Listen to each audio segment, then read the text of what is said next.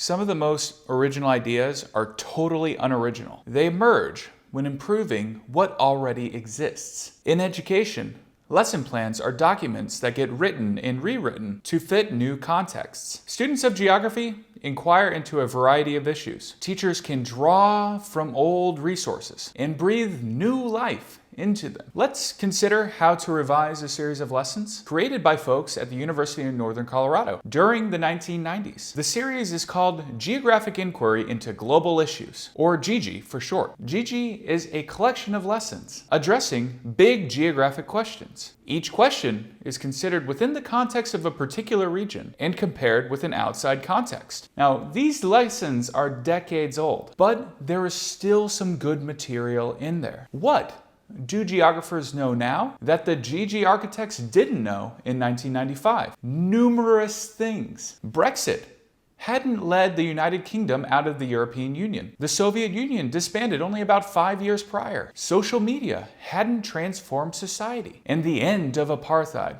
was still fresh in the minds of South Africans. Geography lessons don't belong in a file cabinet, tucked away from the public eye. They are living curriculum artifacts and historical documents. Use them, dissect them, add to them, improve upon them. View them as opportunities to transform how you teach about geography. To begin, these lessons have good bones because they are based on inquiry. Each GG module presents a series of broad questions and sub-questions to get students interpreting maps, graphs, and charts, as well as primary sources. To illustrate, Bangladesh represents one case study divided into 3 lessons. Each lesson addresses a main question. How poor is Bangladesh? How do high population densities affect land availability? How does Bangladesh's high population density increase flood risk? These inquiries are dynamic, constantly changing with emerging circumstances and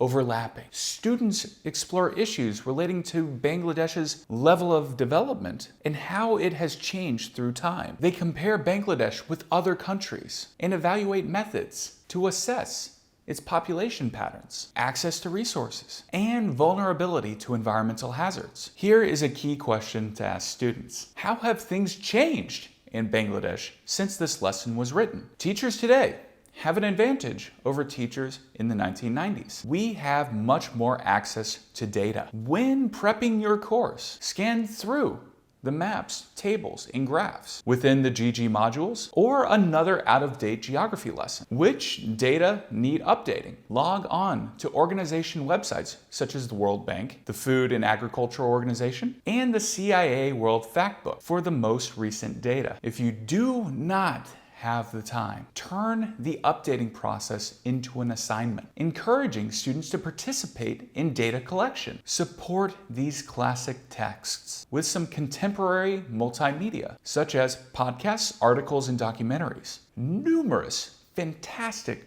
resources are out there, including National Geographic and The Economist. Spruce up your lessons by linking out to relevant, trustworthy news and media sources. Finally, get students to act upon their knowledge. Asking geographic questions for their own sake is a great exercise, but they ought to be applied in some way. For example, how might students apply their newfound knowledge to where they live? What products might they develop that could be helpful?